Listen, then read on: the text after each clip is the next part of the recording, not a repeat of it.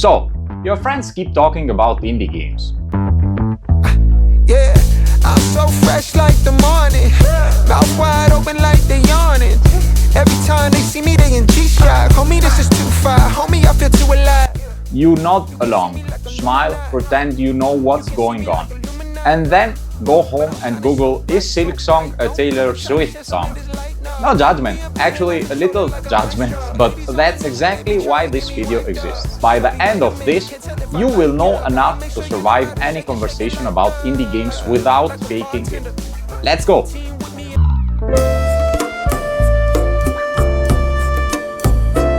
Okay, so first thing first, what even is an indie game? The word indie comes from independent, and in the gaming world, it means a game made without the financial backing of a big publisher. Now, here is where it gets interesting.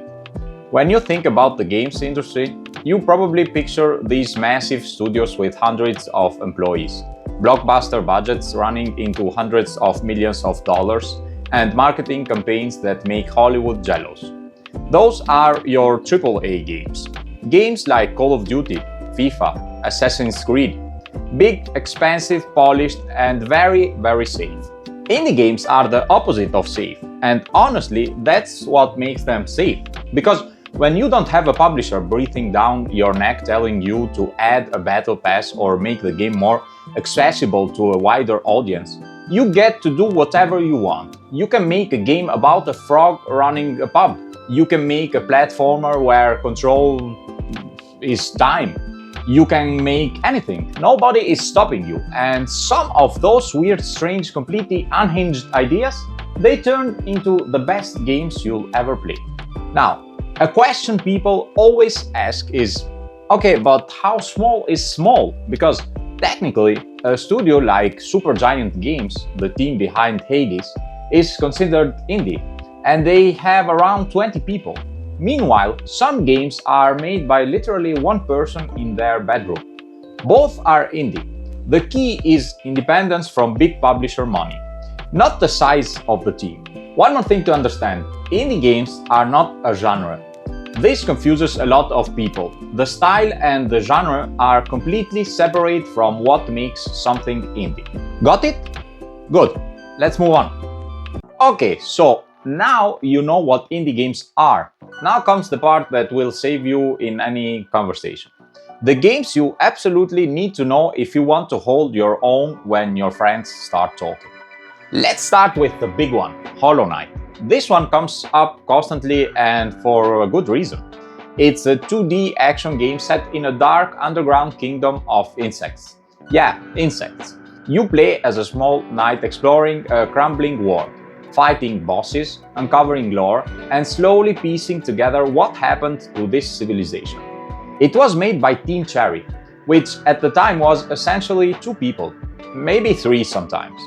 The game has dozens of hours of content, stunning hand-drawn art, and the soundtrack that people still listen to on its own. It's one of those games that makes you feel slightly embarrassed by what professional studios put out with 50 times the budget. And yes, Silk Song is the sequel. And yes, it has been developed for a very long time. Next, Stardew Valley. This one is famous for a different reason. It's a farming and life simulation game where you inherit a farm, grow crops, raise animals, make friends with townsfolk, and maybe fall in love if you feel like it. Peaceful, cozy, deeply satisfying. But here's the thing that blows people's minds when they hear it. This entire game was made by one person. Just one. His name is Eric Barone, also known as Concerned Ape. And he spent about 4 years building the whole thing by himself, teaching himself to code, draw, compose music, and design systems from scratch.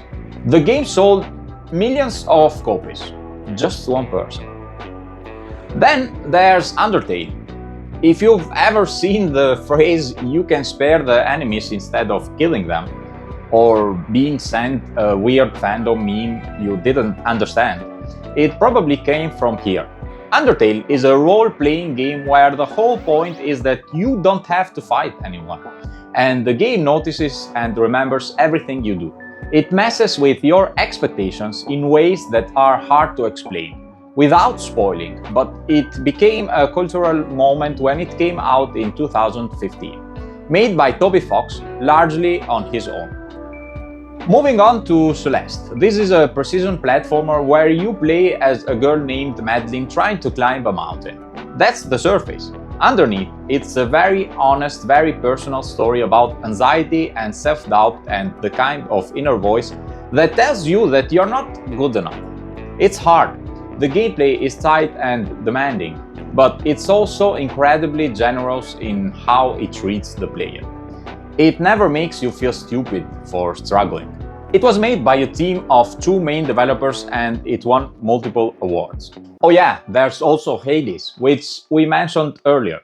You play as Zagreus, son of Hades, trying to escape the underworld while your dad keeps sending you back every time you die.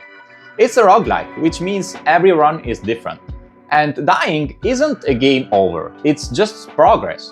What makes it special is how it weaves story into the gameplay so smoothly that every death still moves the narrative forward. Supergiant Games nailed it so hard that it won the BAFTA Game of the Year. Okay, I had to choose one, so now we have to talk about Among Us, which you almost certainly know but maybe didn't realize it was indie. Made by a 3-person studio called Inner Slot, it was actually released in 2018 and barely anyone noticed. Then in 2020, a couple of big streamers started playing it, and suddenly the whole world was accusing each other of being the imposter. It's a beautiful example of how an indie game can go from complete obscurity to cultural phenomenon overnight, years after launch. Okay, now let's talk about some games that became famous for one specific reason. Because sometimes a game doesn't need to do everything right. Sometimes it just needs to do one thing well that nobody ever forgets. Limbo is a perfect example of that. It came out in 2010 from a small studio called Playdead. And the first thing you notice is that it looks like nothing else. Everything is black and white and gray. Silhouettes moving through a foggy, threatening world. No color anywhere. The art style alone made people stop scrolling and pay attention. And then the atmosphere and the puzzle design kept them there. It's short, it's bleak, and it is genuinely unsettling in a way that stays with you. Playdead later made Inside, which took the same visual language and pushed it even further into something darker and weirder. If you want to show someone what indie games can look like when art direction is taken seriously, you put on Limbo or Inside and you say nothing, you just let it speak. Then there's Journey, made by that game company. This one is famous for making grown adults cry in about 90 minutes without a single word of dialogue. You play as a robed figure moving through a vast desert toward a distant mountain. That's it. No explanation, no tutorial, no text. Just movement, music, and a feeling that is almost impossible to describe. It's one of those games that people point to when someone says games can't be art. And honestly, it ends that conversation quickly. If you want to talk mechanics, then you need to know Baba Is You. This is a puzzle game where the rules of the game are physical objects you can push around. So, if a sign that says Baba Is You exists on the level and you push the word you away from it, you stop being Baba. You can rewrite the laws of reality inside the game by rearranging words. It sounds ridiculous, and it is, but the depth that comes out of that one idea is extraordinary. For music, nothing in indie world comes close to what Toby Fox did with the Undertale soundtrack, which we already mentioned. But there's another one worth talking about specifically for its audio design, and that's Outer Wilds. Outer Wilds is a space exploration mystery where you're stuck in the and you have to figure out what the hell. I'm sorry, but no spoilers are allowed on this game. The music by Andrew, oh my god, I have to spell it, Braulo, is acoustic and warm and completely at odds with the terrifying cosmic horror underneath the game. And that contrast is completely intentional and completely brilliant. It won BAFTA Game of the Year. And then there's Shovel Knight, which is worth mentioning because of what it meant for the indie scene at the time it came out in 2014. It looked like an old NES game, felt like one, and played like the best parts of Mega Man and DuckTales combined. But it wasn't just nostalgia bait. The game understood exactly why those old games felt good, and it proved that there was a huge audience of people who wanted that kind of experience again.